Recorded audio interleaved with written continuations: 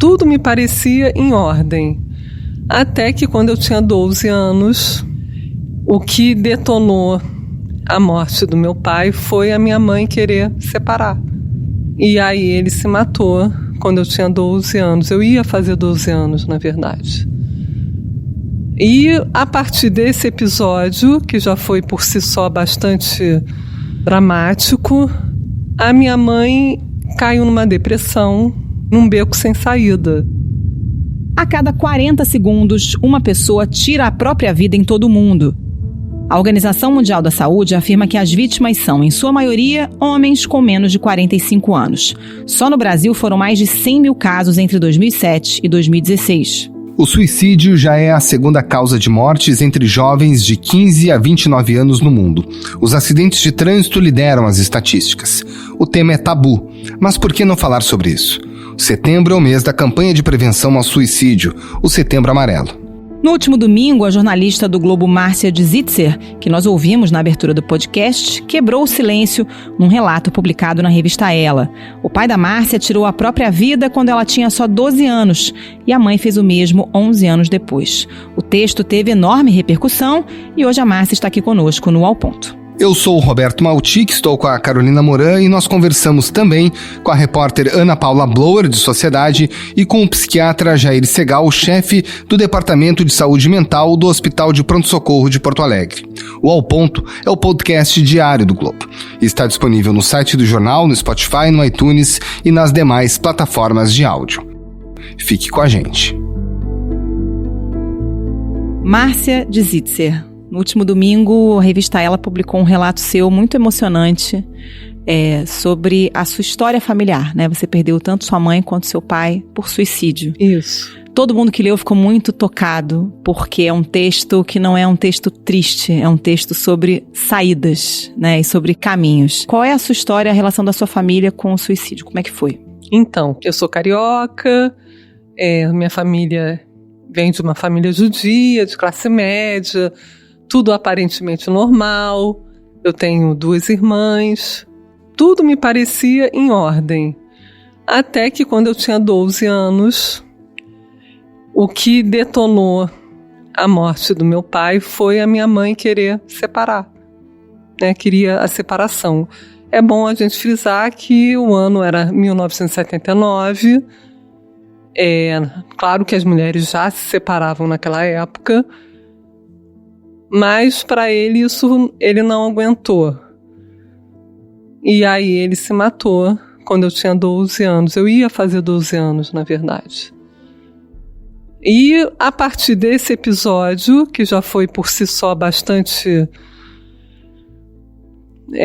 dramático, a minha mãe caiu numa depressão, como eu escrevi, num beco sem saída, porque ela se sentiu, durante o resto da vida dela, extremamente culpada. E aí, durante esses anos, foram 11 anos de depressão, ela procurou todos os tratamentos que você possa imaginar, assim, vários médicos consagrados. Ela realmente teve esse apoio familiar, mas ela não conseguiu sair. Aí, 11 anos depois do meu pai morrer, ela se matou quando eu tinha 23. Quem está convivendo com uma pessoa que está próxima desse momento, o que você diria para essas pessoas?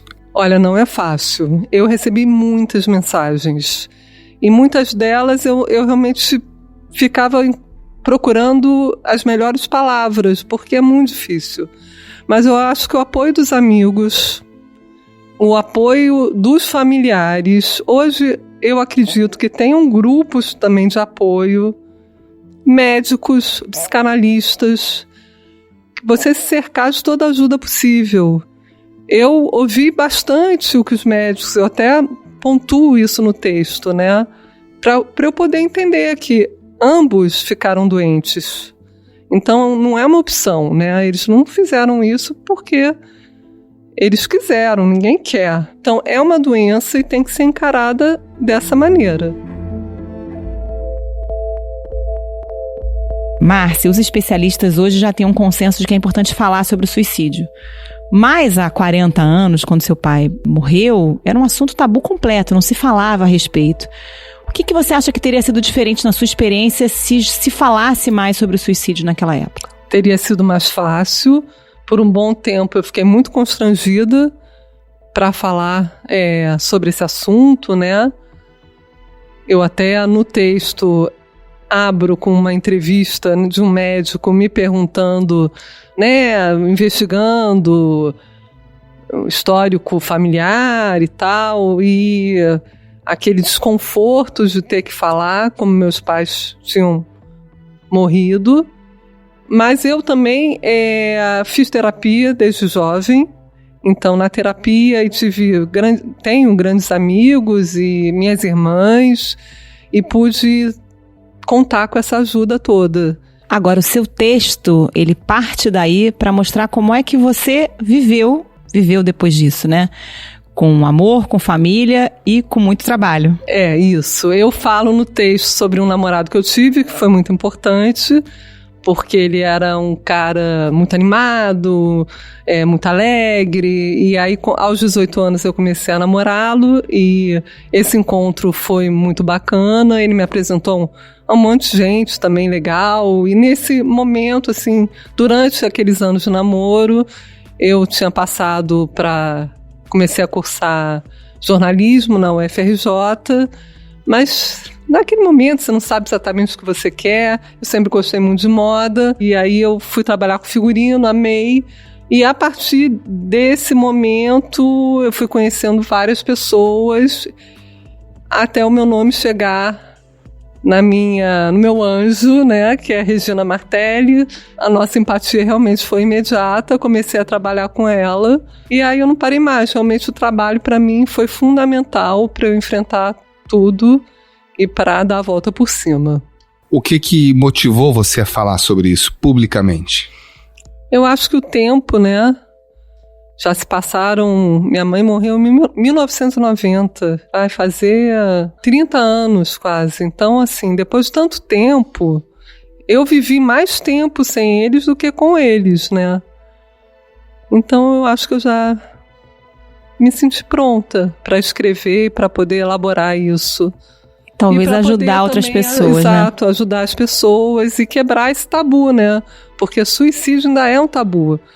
Eu tenho relatos de pessoas jovens que têm vergonha de falar que familiares cometeram suicídio e que são jovens e que já, né, e que estão convivendo com esse peso e continua sendo realmente um assunto muito delicado e muito cercado de preconceitos. Como é que a gente chegou até o seu relato? Você falou para a editora que tinha uma história para contar, ela já sabia da sua história, como é que foi isso? Ela já sabia da minha história e a gente foi conversando isso ao longo dos meses, e como a gente está no Setembro Amarelo, um dia eu levantei, escrevi assim, o texto veio, eu mostrei para ela e ela me apoiou, me deu muita força, Marina Caruso, e foi super parceira, e aí a gente resolveu publicar, com o apoio do jornal. Um texto lindo, acho que muita gente ficou comovida. Só pra gente fechar, você abre o texto falando que aos 20 e poucos anos você se sentiu uma sobrevivente. Você ainda se sente assim? É essa a sensação de quem passa pelo que você passou? Sim, a sensação continua. Apesar dos anos terem se passado, mas assim, o fato de ter escrito e de falar sobre esse assunto, né, mexe.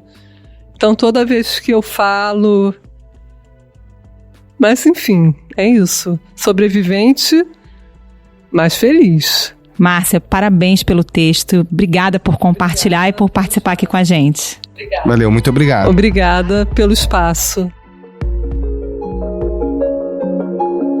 Bom, depois desse relato da Márcia, a gente passa a olhar para os números, o que os números nos mostram e o que os especialistas dizem a respeito do fenômeno do suicídio.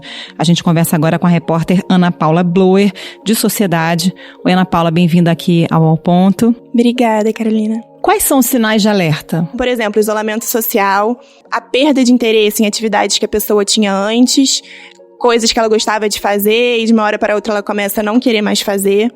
Pensamentos, preocupação muito forte com a própria vida ou com a morte, e isso se expressa em frases como, por exemplo, não sei mais o que fazer com a minha vida, coisas nesse sentido, e também uma tristeza profunda, uma tristeza muito acentuada, né? Não é uma tristeza que é natural da vida, né? E uma das principais causas é a depressão, que, novamente, não é determinante para ter um pensamento suicida, mas a depressão está muito associado ao suicídio. Especialistas fazem questão de ressaltar que ter um sinal de alerta não significa que a pessoa vai cometer o suicídio. Então não é para olhar isso de uma maneira isolada. Aquela história de estar querendo chamar a atenção não pode ser assim, né? Tem gente que pensa isso. Se quisesse fazer mesmo já tinha feito, tá querendo chamar a atenção. Exatamente, isso é um mito que as pessoas falam, quem fala não faz. Não, pelo contrário. Um psicólogo com quem eu converso bastante, que é especialista em prevenção no suicídio, Carlos Aragão Neto, ele fala que é preciso ter uma escuta muito particular e muito especial para essa pessoa que chega até você com alguma questão de saúde mental, né, alguma questão de sofrimento. O que nos cabe nesse momento é fazer uma escuta genuína, uma escuta despretensiosa, uma escuta sem preconceitos. Também precisamos entender os nossos limites. E, à medida em que nós percebemos que esse sofrimento ele está além daquilo que nós podemos ajudar, é importante que a gente tenha consciência e tenha um sentido de urgência para encaminhar essas pessoas aos profissionais de saúde, que nesse caso são os psiquiatras e psicólogos. E como é que é a rede de proteção?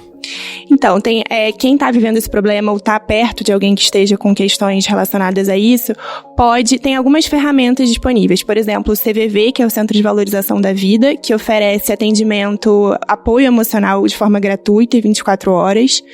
Tem os CAPs também, que são das prefeituras, dos municípios.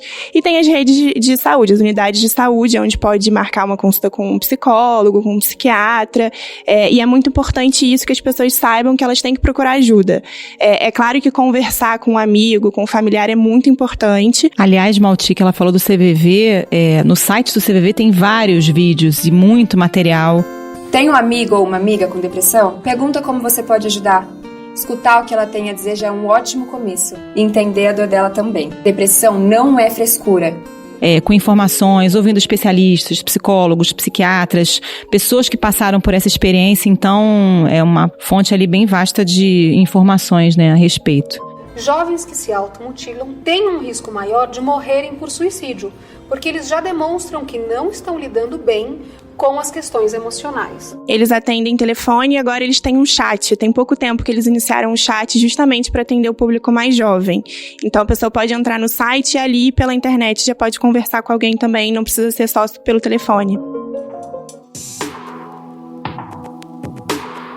Quando a gente fala do público mais jovem, a gente lembra das redes sociais. Qual a importância das redes sociais dentro do tema do suicídio? Então, as redes sociais têm dois lados. Elas trazem informações que às vezes são boas e às vezes são até uma válvula de escape para a pessoa conversar e desabafar, mas ao mesmo tempo elas trazem informações que não são boas, como, por exemplo, falar como fazer o suicídio, como cometer. E esse é um dos grandes problemas que, inclusive, eu estava conversando com o psiquiatra Carlos Felipe Almeida de Oliveira e ele trouxe esse relato de como cada vez mais vídeos, por exemplo, sobre automutilação, que é um problema, que é uma questão muito problemática e muito importante que se fala cada vez mais, como vídeos falando sobre isso